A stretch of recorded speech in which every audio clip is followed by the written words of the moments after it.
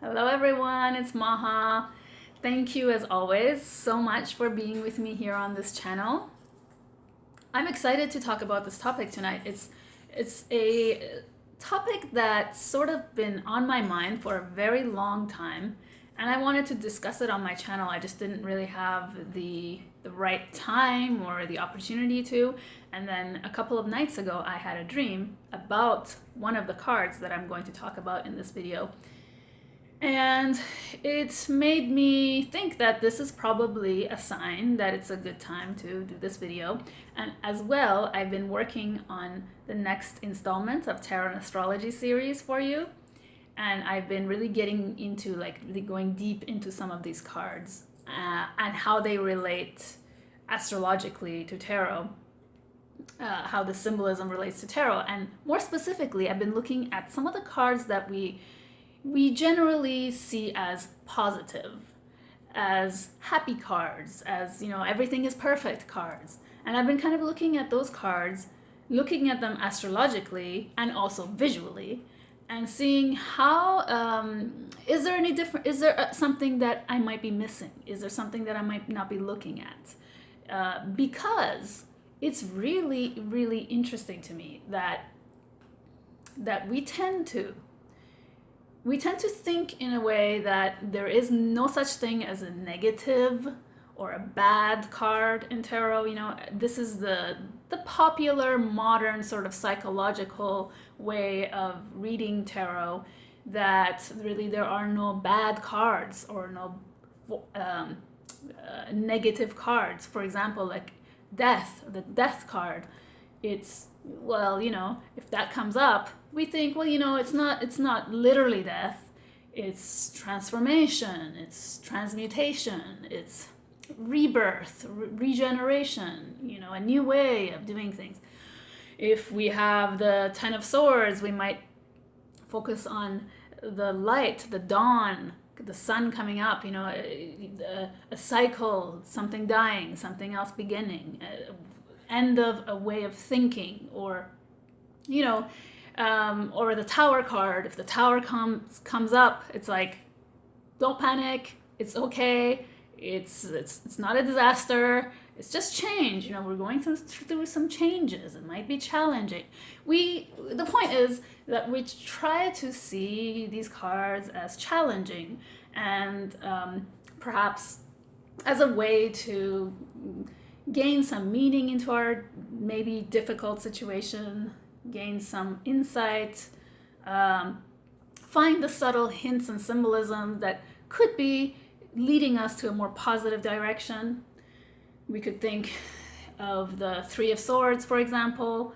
It's stormy and rainy, but it's not permanent, because there is the Four of Swords to look forward to. The calm of the storm, peace after the storm. There's always lessons to be gained from these so-called negative, or as we like to say, challenging cards.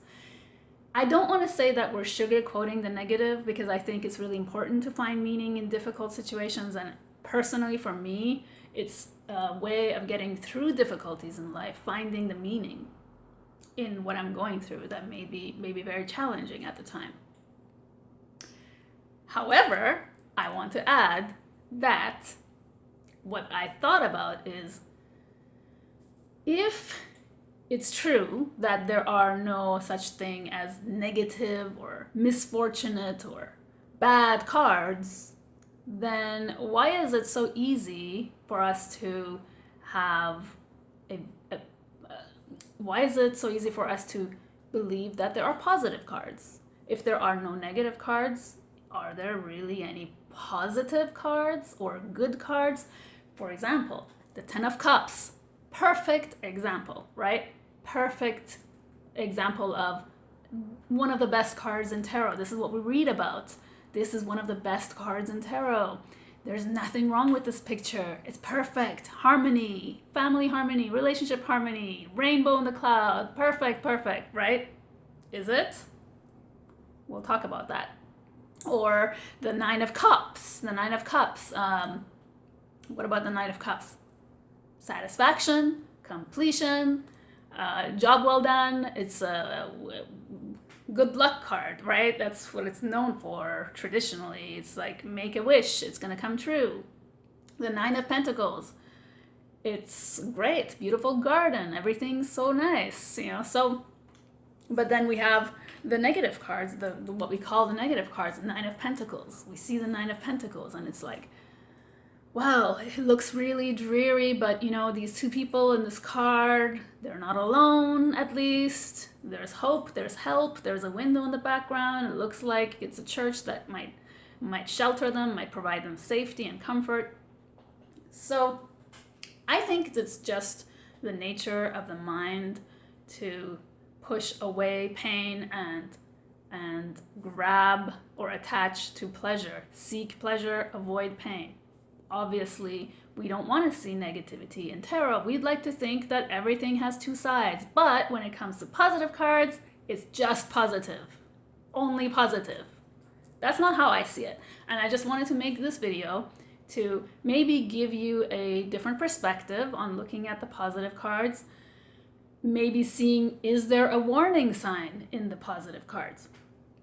And what really made me think about all of this was studying tarot and astrology.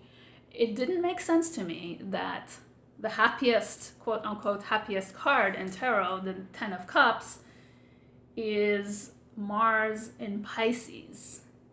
Well, Mars in Pisces, Mars is just such different energy from this watery, imaginative, romantic, poetic sign of Pisces, the artistic sign of Pisces, the very sensitive artist. And Mars being that harsh, fiery god of war, you know. How could that give such beautiful harmony? How could Mars feel so comfortable in the sign of Pisces? And really, astrologically, if we look at Mars and Pisces, we can, I get into this in very, very much detail in my video on this card, particularly in tarot and astrology, but I just wanted to mention here that maybe we can think of Pisces, just Pisces, as a sign that's very idealistic. It's prone to illusions. Neptune is the ruler of Pisces. It can make us think in a way that's not very realistic. So could the Ten of Cups, could this picture perfect world actually be realistic? Could we maybe be, are we maybe being a little bit idealistic? Are we seeing everything perfectly? Do we have these perfect lenses on, or are we missing anything? And then the Nine of Pentacles. The Nine of Pentacles in the Rider-Waite-Smith system, she is holding a bird, looks like a hawk, and this hawk is hooded. It's got a hood. And what does that mean? The interesting thing to me is that in most tarot decks, here's an example of the Nine of Pentacles from the Steampunk Tarot. This just as an example. In most tarot decks, the hawk is not hooded. And when I was first learning tarot, I asked myself, why is the hawk not hooded in most interpretations of this image? Obviously it's got some deep meaning. When the hawk is hooded and she's wearing a glove, it tells me that, well, there is a lot of discipline here. This woman has to discipline this bird. I know how hard it is to train a bird. It takes a lot of work, a lot of hard work and discipline.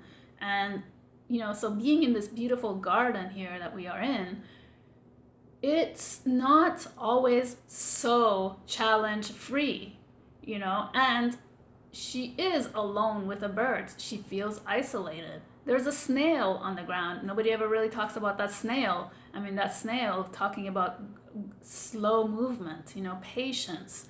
These are not necessarily all jolly, good, happy things. But we like to see this Nine of Pentacles generally as, oh my gosh, such a happy, amazing, perfect Garden of Eden. But is it? And like I said, this is not a tarot and astrology video, so I'm not going to get into the tarot and astrology associations really deeply in this video at all. But I am always in my mind looking at the images and thinking about the astrological associations of some of the cards in tarot, and the ones that are generally positive, and wondering if, if there's a link, if there's some warning I should watch out for. The Nine of Cups. The Nine of Cups, of course, is so known for all these positive things, but then I think of the astrological association of Jupiter in Pisces. Jupiter in Pisces. I mean, Jupiter is a planet that's known for overindulgence, being very arrogant, and here the guy, he's why is he holding that posture? Why does he have his arms crossed? To me, he looks pretty arrogant and very satisfied with himself. So I'm wondering if there is an element of caution in this card about, don't get too carried away with your success. There's a lot of success here, but don't get too carried away, Things to watch out for, basically, in the positive cards, which is what astrology has helped me with, but not, and I want to make it clear here, not only astrology. The visual image of what I see always, makes me question. If I'm seeing a card like the Ten of Swords, well, yes, it's true. There is the sun coming up. There is some hope in this card.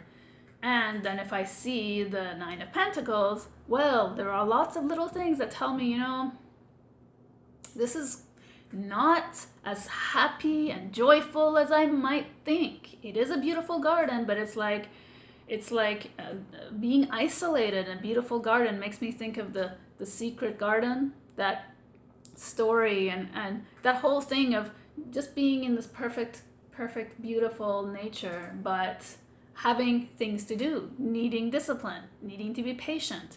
And this is Venus in Virgo, which I'm going to talk about in the Tarot and Astrology if you're interested in learning about that. But in this short video, I just wanted to say some things that were on my mind for a long time about these cards, and just to put it out there to ask you all, what do you think when you look at these cards?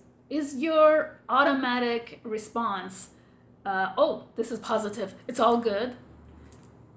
And is that related to wishful thinking, like the Ten of Cups?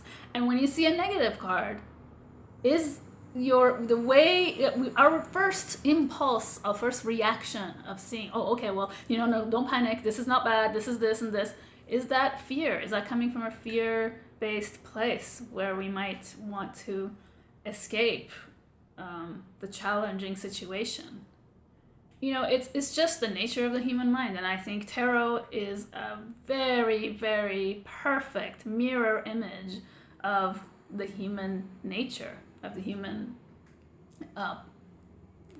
process of life and the things that we go through. So I just kind of wanted to go through that. I just wanted to go through all that in a separate video, because I was writing about it and reflecting on it in my Tarot and Astrology series, and I thought, this definitely deserves a little bit of a discussion outside of this video. That we tend to gloss over the negative and really rejoice in the so-called positive cards. I personally don't believe there are either negative or positive cards in tarot. I think every card can be looked at differently. And I have heard this in the community before. I have definitely heard and read over and over that there are no such thing as positive or negative. But I have noticed that people tend to dwell on the positive and avoid the quote-unquote negative, in a way, sides of tarot. So what do you think? Let me know what you think, and I'm looking forward to being with you again in a series that I'll be doing with my wonderful Will from Atypical Tarot. That's coming up very soon. We're going to be looking at charts, mystery charts, so you're not going to know who it is. He's not going to know who it is. I'm picking charts, giving it to him. He's going to be looking at them and going over them, not to really try to guess who the person is, but just a really good way to learn astrology, to see how these energetic dynamics are, how they come to play, how they play out for individuals, not knowing whose chart it is, and then coming up with such wonderful delineations of their personality.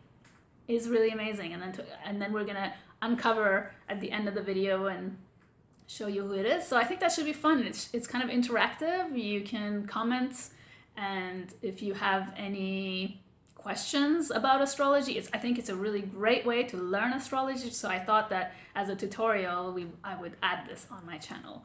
And Will is a beginner in astrology, so he's a perfect person to practice with, and you don't have to worry about knowing astrology. You can be a total beginner.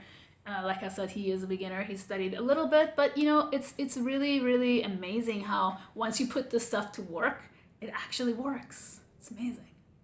Okay, you guys, thank you so much for being here. Thank you for, as always, for your lovely comments. I'm looking forward to seeing you next time. I'm sending you lots of love and many blessings. Don't forget to love yourself. Bye, everyone.